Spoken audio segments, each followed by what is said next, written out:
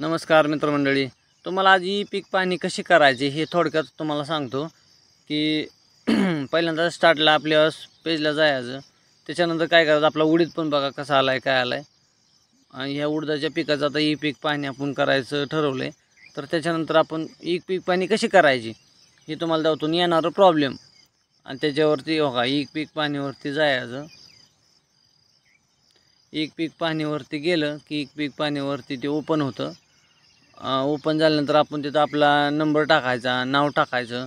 आता मी पहिलं टाकलेलं असं म्हणून माझं डायरेक्टली ओपन झालं आहे. पीक माहिती नोंदवा याच्यावरती जाऊन क्लिक करायचं. त्याच्यानंतर एक मिनटं बघा ओपन झालं. खाते क्रमांक निवडा. खाते क्रमांक आपला टाकायचा जो काय असेल तो. आता माझा 802 मी टाकला. पुन्हा आता आपलं बुमाग म्हणजे जे काय हे आहे उतारा नंबर आहे तो टाकायचा. ते टाकला. तर त्याच्यानंतर काय माहिती आहे का, जमिनीचे आकार जे काय क्षेत्र असेल ते वर येतं. त्याच्यानंतर पोट खराब येतं. हंगाम निवडायचा. आता हंगाम निवडायचा ह्याच्यावरती सगळ्यात प्रॉब्लेम आहे. आता काही इथं फक्त ऑप्शनच येत नाही.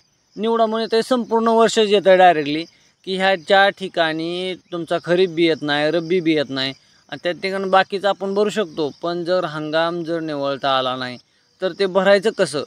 आता हे पीक वगैरे निवडा म्हणून येतं आहे, निर्बळ पीक वगैरे हे येतं आहे, बाकीचं काही येत नाही, ह्याचा काही विषय नाही. त्या ठिकाणी आपण करू शकतो. पण मेन गोष्ट जर समजा याच ठिकाणी जर असा प्रॉब्लेम आला की बाबा काय म्हणायचं, संपूर्ण वर्ष म्हणजे फळबागासाठी संपूर्ण वर्ष येतं बरोबर का.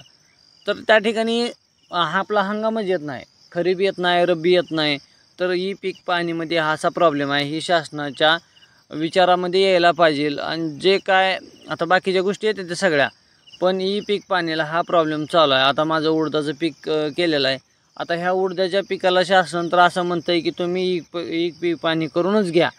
पण करायची कशी, मग हा प्रॉब्लेम येत आहे. जर आपण ही पीक विमा काढला असेल तर पीक विम्याला त्यांनी कंपल्सरी केलं आहे की बाबा तुमचा हेच पाहिजे, पीक विमा नोंदवलेला पाहिजे.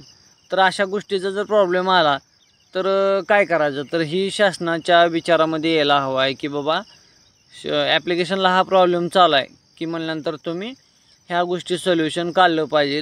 आणि याच्यावरती काहीतरी ठोस उपाययोजना करायला हवी की त्या ठिकाणी तुमचं ॲप्लिकेशन तुमची पूर्वतयारी पाहिजे. हंगामाच्या अगोदर तुमची पूर्वतयारी पाहिजे की ज्यावेळेस हंगाम सुरू झाला आहे की त्यावेळेस त्या शेतकऱ्याला, त्या बांधवाला ते भरता आलं पाहिजे, ते करता आलं पाहिजे. आता प्रत्येक शेतकरी जी काय हुशार आहे बाबा, शिकलेला आहे, तो करतो आहे, त्याचं बी काय नाही.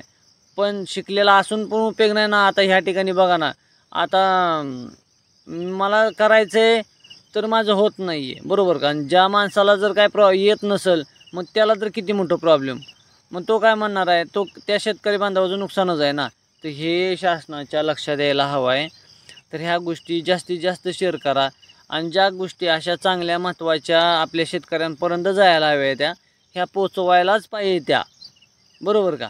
तरी शेअर करायचा प्रयत्न करा, जास्तीत जास्त लोकांपर्यंत पाठवा की जेणेकरून त्या बांधवाचा